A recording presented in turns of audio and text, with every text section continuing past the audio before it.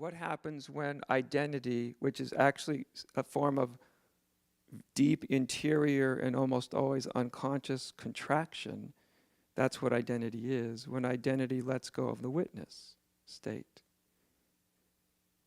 Then the witness collapses. And it collapsed into everything that it witnessed. And this is the experience of unity. Unity is not defined, nor do you get to it by the spiritual strategies and techniques of teaching to get you out of the initial ego state, because it's not defined by, I'm not that, I'm not a thought, I'm not a feeling, and I'm not. Now what's experienced is, I'm everything. And I mean, in the exact same way that when you would formally look in the mirror and you say, that's me, you look across the street to the tree or up in the sky to the cloud or anywhere you look, and it feels exactly like that. It feels exactly like that's me, that's what I am. That's the experience of unity, to put it in a conceptual way, of course. This is actual non-dual experience, right? Not being separate, not being other. I call this the experience of undifferentiated being. Your sense of being is then undifferentiated. It sounds a lot like a sort of pre-egoic state that an infant would be in, which it's not. That's a merged state. This is not a merged state. That's a state of unconscious merging. This is a state of superconscious realization, which is different, even though they sometimes sound the same when they're described. This is not a merged state. This isn't even actually union, because it's the experience, it's the living experience that there isn't something apart to be unified with. That's why I call it just the experience of undifferentiated being.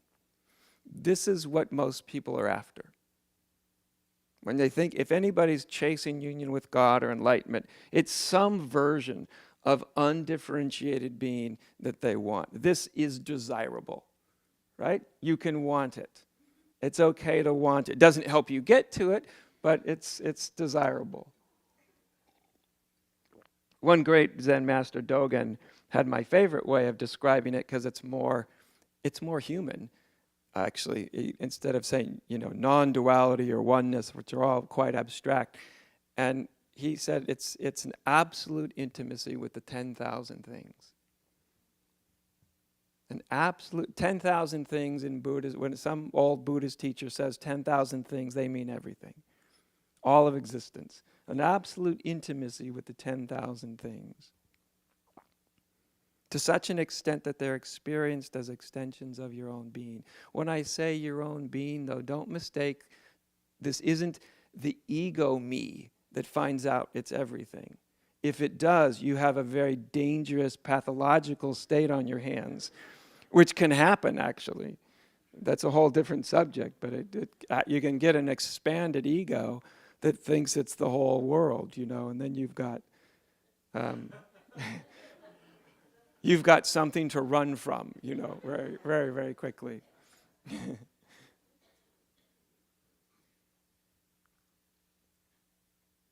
So this is what, like I said, most people are,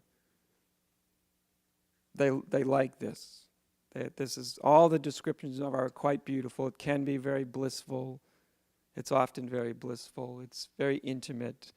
It's often a feeling of sort of love that just is part of your experience of being. Outside of any reasons, there's no love because. There's just love. There's no a sense of well-being because. There's no because. It's just an uncaused sense of well-being, of happiness. It doesn't mean there's a denial that there's a lot of difficult, terrible, violent stuff happening on the face of the globe. There's still that, and It's not like you don't see it and you don't know it. If anything, you actually have a much more intimate experience of it because your heart isn't protected. So you're much more, in a certain sense, vulnerable to the sufferings of other beings. Because you don't have that sort of barrier between them.